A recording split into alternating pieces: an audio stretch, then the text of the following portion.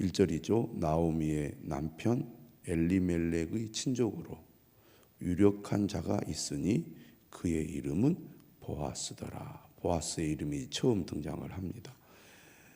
보아스가 누구라고 소개를 하느냐면 나오미의 남편 엘리멜렉의 친족이라고 소개를 하고 있고 유력한 자라고 설명을 하고 있습니다. 여러분 성경에 보면 이 유력한 자를 어떻게 해설을 했느냐면 부자라는 얘기입니다. 그러니까 부자면서 권력도 있는 힘이 있는 그런 사람이라고 하겠습니다. 한마디로 당시 그 지역의 공동체에 영향력이 있는 사람인 것이죠. 어제 본문이 보리추수 시작할 때에 베들레헴에 이르렀다. 어제 말씀이 그렇게 끝이 나지 않았습니까? 그동안 힘든 삶을 살았는데 다시 베들레헴으로 돌아왔을 때 뭔가 희망이 보이는 그런 말씀으로 어제 본문이 끝이 났습니다. 그런데 오늘 본문의 시작도 무엇인가 이 나오미의 가정에 좋은 일이 있을 것 같은 그런 내용으로 시작을 하고 있습니다.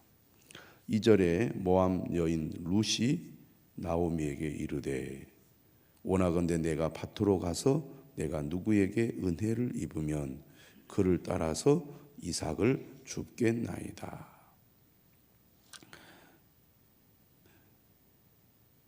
결단하여 언약의 땅으로 돌아왔을 때 하나님께서는 은혜를 베푸셔서 이 나오미의 가정이 살 길을 열어 주시는 것을 보게 됩니다. 그런데 그런 하나님의 은혜가 임하는 가운데 룻은 며느리로서 어머니에게 헤세드를 이제 베푸는 거죠. 사실 어머니를 따라가는 것도 홀로 남은 늙은 어머니를 긍휼히 여기고 그에게 인애와 사랑을 베풀겠다는 룻의 선한 마음이 있었기 때문에 가능했을 것입니다. 그런데 그러한 결심을 하고 그에게는 낯선 이국 땅인 유대 땅 베들레헴으로 따라온다는 것은 쉬운 일이 아니죠. 모압 사람들과 유대 사람들과의 관계를 생각해 볼 때 더더욱 어려운 결단이었습니다. 그런데 그녀는 어머니에 대한 사랑, 또 하나님에 대한 믿음이 있었기 때문에 결단하고 베들레헴 땅으로 들어왔고 말로만 나는 어머니와 함께 하겠습니다 라고 그치지 않고 생활하기 위하여 그는 적극적으로 생활 현장에 뛰어듭니다. 그런데 지금 현재 나오미나 룻의 형편은 어떻습니까? 땅도 없고 먹고 살 수 있는 길이 없죠. 당시의 과부는 정말 생존하기 어려운 환경이었습니다. 두 여인이 10여 년 동안 외국 땅에 살다가 돌아왔으니 더더욱 힘이 들지 않았겠습니까? 그래서 이 모압 여인 룻이 적극적으로 먹을 것을 얻기 위하여 밭으로 나간 겁니다. 할 수 있는 방법은 추수 때에 이삭을 줍는 것이죠. 다시 말하면 주인이 추수를 하고 남은 것, 또 바닥에 떨어뜨린 것을 주어서 그것을 가지고 연명을 하겠다는 겁니다. 그러니까 사실은 얼마나 힘든 삶이겠습니까? 그러나 그렇게 해서라도 양식을 구하겠다는 의지가 이 룻에게 있었던 것이죠. 형편이나 처지를 한탄하거나 그것 때문에 좌절하지 않고 지금 처한 상황 속에서 어떻게 해서든지 어려움을 타개해 나가겠다는 적극적인 의지가 룻에게 있었던 것입니다.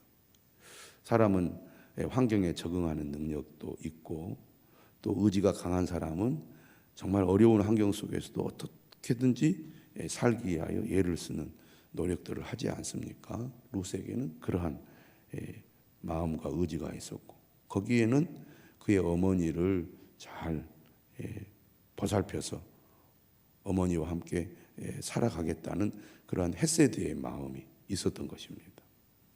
선한 마음이죠.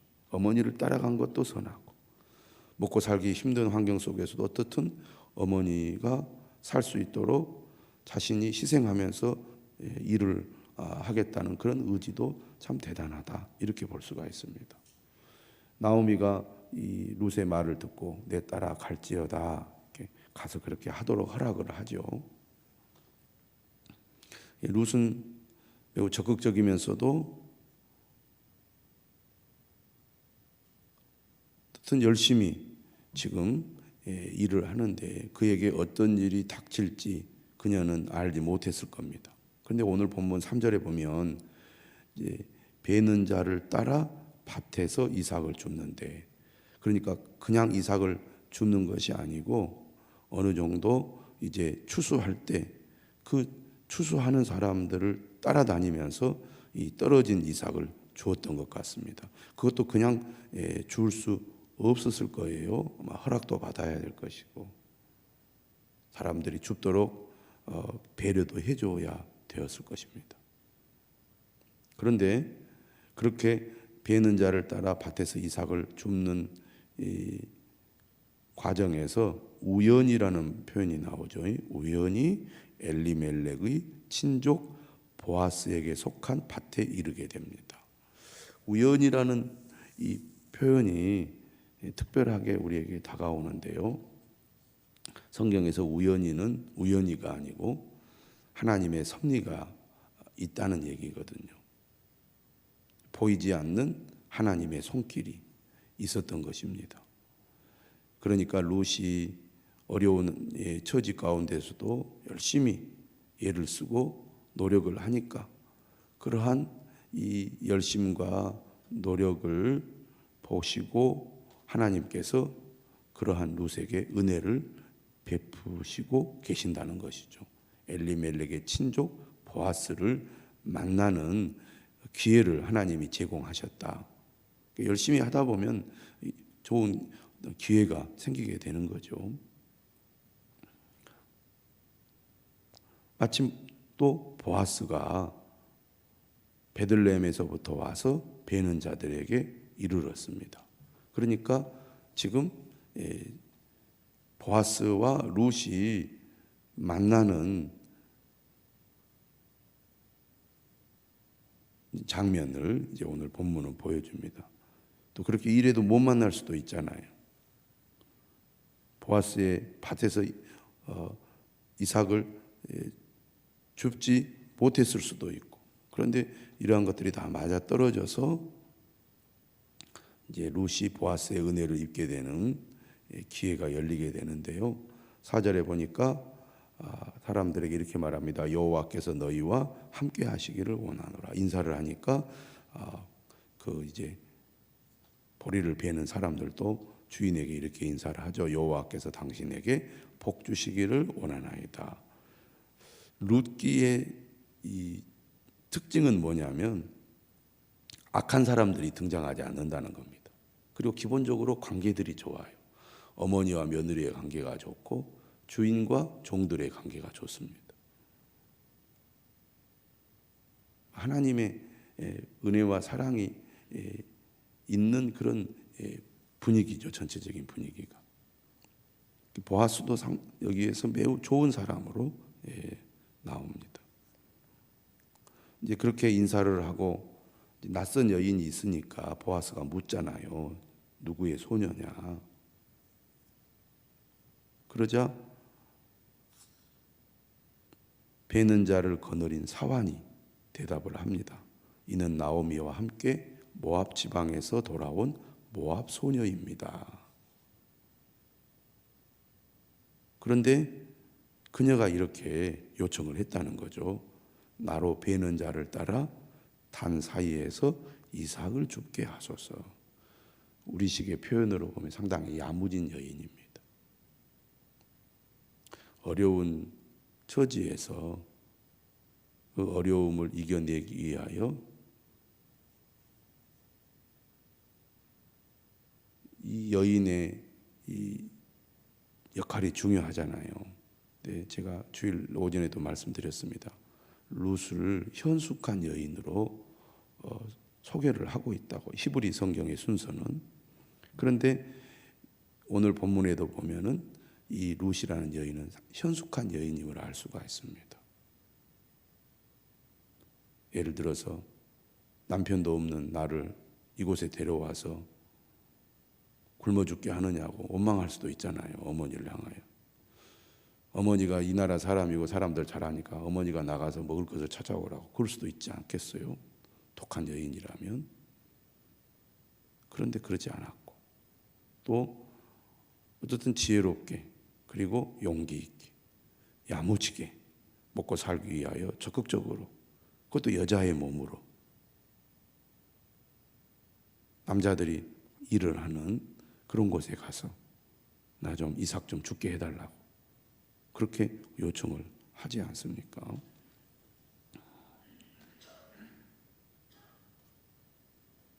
그래서 아침부터 와서 잠시 집에서 쉬는 것 외에는 지금까지 계속 이삭을 줍고 있습니다. 그러니까 얼마나 열심히 이삭을 줬는지 알 수 있습니다. 그러니까 이삭을 줄 수 있는 기회가 계속 있는 거 아니잖아요. 보리 추수할 때만 있으니까 할 수 있는 한 많이 주려고 했겠죠. 또 이삭을 주어서 거둘 수 있는 곡식의 양이 얼마나 되겠습니까? 당시가 지금처럼 무슨 풍족한 시대도 아니고 한계가 있을 텐데 어떻든 조금이라도 더 주려고 열심히 일을 한 거죠. 그것이 사람들의 눈에 좋게 보였던 것 같고, 그리고 보아스도 이러한 모압 여인 룻, 아마 나오미에 대한 이야기를 들었을 겁니다. 그래서 더 좋게 본 것 같아요. 그러니까 보아스의 마음에도 이 하나님의 헤세드를 실천하는 마음이 있었던 거죠. 그러한 이 헤세드를 실천하는, 룻이 하나님의 헤세드를 실천하고 보아스가 하나님의 헤세드를 실천하는 이런 삶의 이 과정에서 하나님의 역사가 일어나는 겁니다.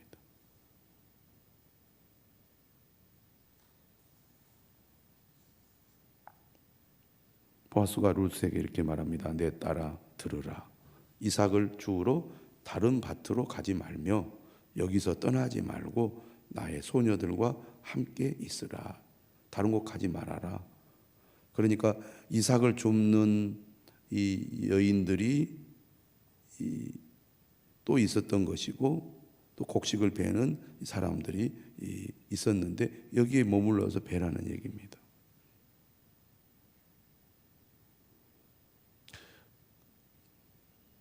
그들이 베는 밭을 보고 그들을 따르라. 내가 그 소년들에게 명령하여 너를 건드리지 말라 하였느니라. 그러니까 여인의 몸으로, 젊은 과부의 몸으로 혼자 이삭을 주우러 다니는 것도 사실은 쉬운 일이 아니고 어떤 측면에서는 위험한 일일 수 있다는 얘기입니다. 그리고 텃세도 있었을 것이고, 당신이 누군데 이렇게 여기 와서 이렇게 하느냐고.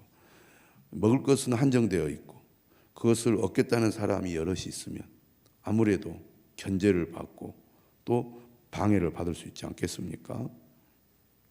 그런데 보아스의 눈에 띄었고, 보아스가 은혜를 베풀어서 이 룻이 계속해서 그곳에 머물러서 이 이삭을 줄 수 있는 어떤 특혜를 입게 된 거죠. 더 나아가 이렇게 말합니다. 목이 마르거든 그릇에 가서 소년들이 기러온 것을 마시라. 그러니까 룻이 이렇게 특별한 대우를 받게 되자 10절에 보니까 엎드려 얼굴을 땅에 대고 절을 하면서 이렇게 얘기합니다. 나는 이방 여인이거늘 당신이 어찌하여 내게 은혜를 베푸시며 나를 돌보시나이까. 오늘 매일 성경 제목은 당황스러운 은혜, 이런 제목을 달았습니다. 그러니까 룻이 상식적으로 생각해 볼 때 이런 특별한 은혜를 받는 것이 자기로서는 이해가 잘 안 된 측면이 있었던 것이죠. 그러자 보아스가 그녀의 질문에 이렇게 답을 해요. 너의 남편이 죽은 후로 네가 시어머니에게 행한 모든 것과 네 부모와 고국을 떠나 전에 알지 못하던 백성에게로 온 일이 내게 분명히 알려졌느니라. 그러니까 누가 보지 않는다고, 내 삶이 어렵다고 그냥 아무렇게나 사는 것이 아니라 정말 진실하게 정직하게 최선을 다하여 또 믿음을 따라 살아가는 것이 얼마나 중요한지를 여기서 우리는 배워야 합니다. 삶이 어려워지고 문제가 생기면 우리의 삶의 자세도 흐트러지고 망가지는 경우가 있잖아요. 될 대로 되라. 내 인생 이 엉망이 된 거 누구 탓이다. 남편을 잘못 만나서 이렇다. 누구를 잘못 만나서 이렇다 하면서 신세를 한탄하면서 막 함부로 살고 오히려 막 악을 행하고 그랬다면 이러한 기회가 은혜가 그에게 임하지 않았을지 모릅니다. 그런데 보아스는 룻이라는 여인을 직접 본 적은 없었지만 그러나 얘기는 들었던 거죠. 이 여인이 어떤 여인이었고 어떤 삶을 살았는가. 우리가 어렵고 힘들수록 말씀을 따라 믿음으로 사는 것, 정직하고 진실하고 하나님의 사랑을 실천하며 사는 것이 정말 중요하다는 것을 우리는 다시 한번 생각을 하게 됩니다. 그래서 이 12절에 보면 이제 보아스가 축복하지요. 여호와께서 네게 행한 일에 보답하시기를 원하며 이스라엘의 하나님 여호와께서 그의 날개 아래 보호를 받으러 온 너에게 온전한 상 주시기를 원하노라. 축복의 말을 합니다. 마치 제사장이 축복하듯이 지금 이 보아스가 룻이라는 이 모압 여인 과부에게 하나님의 축복을 구하고 있습니다. 우리가 어려움 가운데서도 말씀을 따라 하나님의 헤세드를 실천하면 하나님께서 이러한 은혜와 복을 반드시 주실 거라는 믿음을 우리도 가져야 되겠습니다. 룻이 대답을 합니다. 내 주여 내가 당신께 은혜 입기를 원하나이다. 나는 당신의 하녀 중에 하나와도 같지 못하오나 당신이 이 하녀를 위로하시고 마음을 기쁘게 하는 말씀을 하셨나이다. 룻의 태도 역시 우리가 본받아야 됩니다. 첫째는 감사의 마음입니다. 우리는 어떤 혜택이나 은혜를 입을 때 너무나 당연하게 생각하는 경우가 많습니다. 인간관계에서도 마찬가지죠. 어려울수록 도움을 받고 혜택을 받는 것을 처음에는 고마워하지만 시간이 지나면 당연하다고 생각을 해요. 당연히 내가 그런 혜택을 받아야 되는데 왜 그런 혜택을 주지 않느냐고 오히려 적반하장식으로 이것은 내가 누려야 될 권리인데 안 준다고 불평하는 경우도 많습니다. 작은 거라도 내가 수고하여 얻은 것이 아니라면 우리가 감사해야 될 제목이죠. 인간관계에서도 마찬가지고 하나님과의 관계에서도 마찬가지입니다. 감사하는 마음, 그 고마움을 또 표현할 줄 아는 그 마음을 우리가 룻에게서 배워야 할 것입니다. 뿐만 아니라 이 룻에게는 겸손한 마음도 있어요. 나는 이러한 은혜를 입을 만한 충분한 자격이 있는 사람입니다가 아니죠. 어떻게 보면 그런 은혜를 입을 만한 자격이 없는데 나에게 이런 은혜를 주시니 정말 기쁘고 감사합니다. 그런 표현이잖아요. 우리가 하나님 앞에서도 겸손한 마음을 가져야 되겠고 다른 사람과의 관계에서도 겸손한 마음을 가져야 됩니다. 지금 내가